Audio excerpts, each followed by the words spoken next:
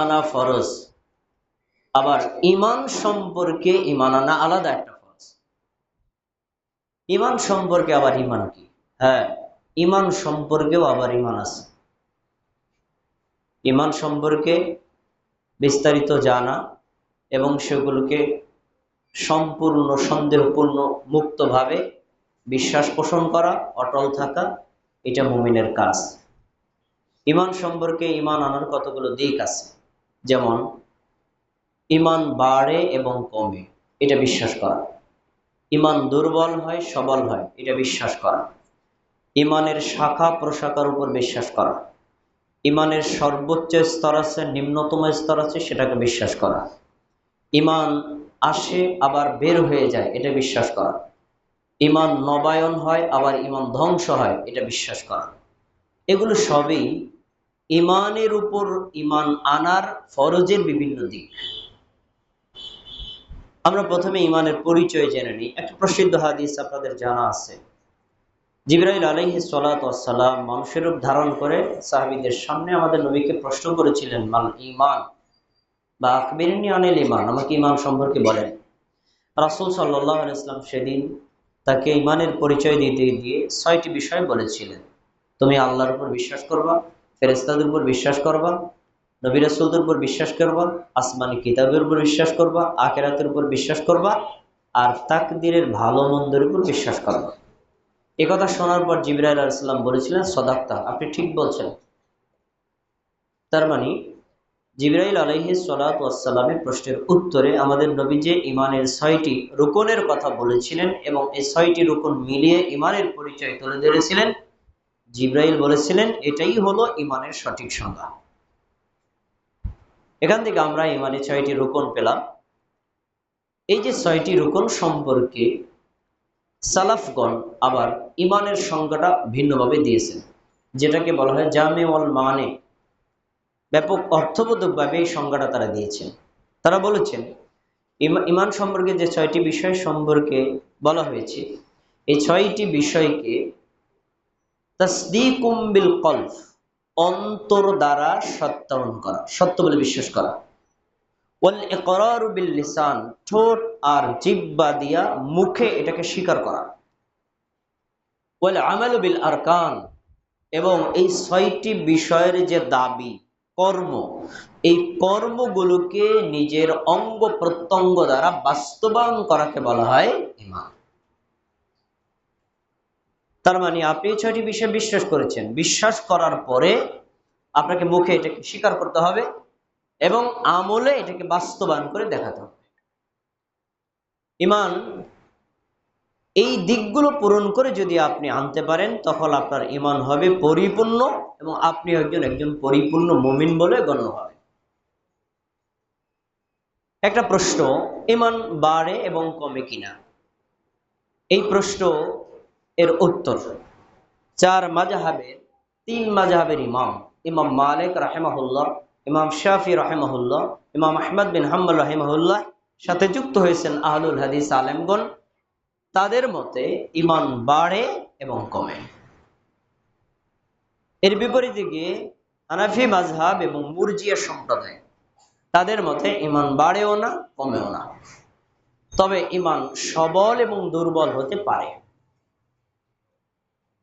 এখন কথা হলো, বাকি 3 মাযহাব এবং আহলুল হাদিস আলেমগণ যে বললেন ঈমান বাড়ে এবং কমে, এর দলিল কি? কোরআনুল কারীমে অগণিত জায়গায় এর দলিল বিদ্যমান। হাদিসে রাসূলুল্লাহ সাল্লাল্লাহু আলাইহি ওয়াসাল্লাম বিভিন্ন জায়গায় কথা উল্লেখ করেছেন। আমি কয়েকটা প্রমাণ আপনাকে দিচ্ছি। সূরা আনফালের 2 নম্বর আয়াতে আল্লাহ বলছেন, ইন্নামাল মুমিনুনা আল্লাযীনা ইযা যুকিরাল্লাহু ওয়াজিলাত কুলুবুহুম, সত্যিকারের মুমিন তারা যাদের সামনে আল্লাহর স্মরণ করানো হয়, আল্লাহর জিকির করা হয়, আল্লাহর সম্পর্কে কথা বলা হয়, তখন আল্লাহর সম্পর্কে শোনার পরে তাদের অন্তর কেঁপে ওঠে। আল্লাহ সম্পর্কে শোনার পরে হৃদয়ের প্রতিক্রিয়া ঈমানের প্রমাণ, মুমিন হওয়ার প্রমাণ। 2 নম্বর, ওয়াইযা তুলিয়াত আলাইহিম আয়াতুহু যাদাতুহুম ঈমানা, মুমিনদের আরেকটি লক্ষণ হলো যখন তাদের সামনে কোরআনের আয়াত তেলাওয়াত করে শোনানো হয়, কোরআনের আয়াত শুনলে তাদের ঈমান আরো বেড়ে যায়, আগে ছিল যতটুকু তার চেয়ে বাড়ে। আয়াতে স্পষ্ট ইমান বাড়ে। ওয়াইলা রব্বিহিম ইয়াতাওয়াক্কালুন, মুমিনদের আরেকটা লক্ষণ, তারা সকল ক্ষেত্রে তারা তাদের রবের উপর নির্ভর করে।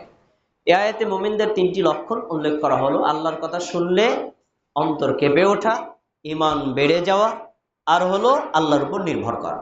আয়াতে স্পষ্ট প্রমাণিত হয় ইমান বাড়ে। আল্লাহ একেবারে বাড়া শব্দটাই ব্যবহার করেছেন। এবার আরেকটি চমৎকার ঘটনা শুনুন। হানজালা রাদিয়াল্লাহু তাআলা আনহু একদিন বাড়ি থেকে বের হলেন।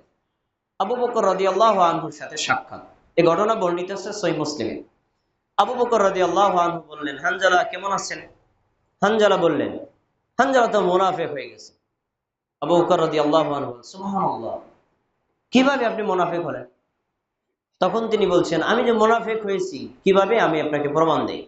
আমরা যখন রাসূলের দরবারে থাকি, রাসূলের নিকটে থাকি, তার কথা শুনি, তার হাদিস শুনি, তার বয়ান শুনি, তার প্রতিক্রিয়া যখন আমাদের কাছে আসে, তিনি যখন জান্নাত সম্পর্কে, আখিরাত সম্পর্কে, জাহান্নাম সম্পর্কে আমাদের কাছে বর্ণনা দেন, তখন সেটা শুনলে আমাদের বিশ্বাস এত উচ্চ স্তরে পৌঁছে যায়, মনে হচ্ছে নিজের চোখ দিয়ে জান্নাত দেখতে পাচ্ছি। সুবহানাল্লাহ, মনে হচ্ছে জাহান্নাম দেখে ভয় বিগলিত হয়ে যাচ্ছি।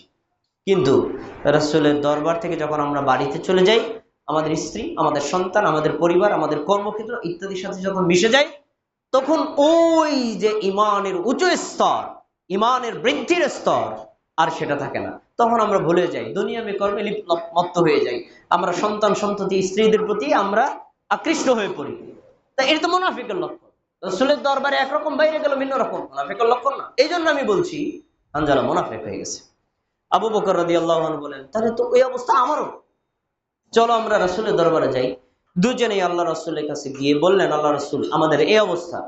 রাসূল সাল্লাল্লাহু আলাইহি ওয়াসাল্লাম তাদের কথা শুনে বললেন, শোনো, আমার কাছে থাকতে তোমাদের ইমানের যে অবস্থা হয়, 24 ঘন্টা সব সময় যদি তোমাদের এই অবস্থা থাকতো না, তাহলে তোমরা রাস্তায় চললে ফেরেশতারা তোমাদের সাথে মুসাফা করতো। সুবহানাল্লাহ, তোমরা বাড়িতে থাকলে, বিছানায় থাকলে তোমাদের সাথে দেখা করতে ফেরেশতারা যাইত।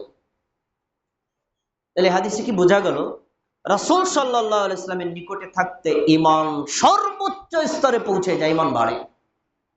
আর যখন আমরা পারিবারিক কর্মে অথবা ব্যবসায়িক কর্মে, দুনিয়াবি কর্মের দিকে ধাবিত হই, তখন আমাদের ঈমান কমে যায়। হাদিস স্পষ্ট প্রমাণিত হলো ঈমান বাড়ে এবং কমে।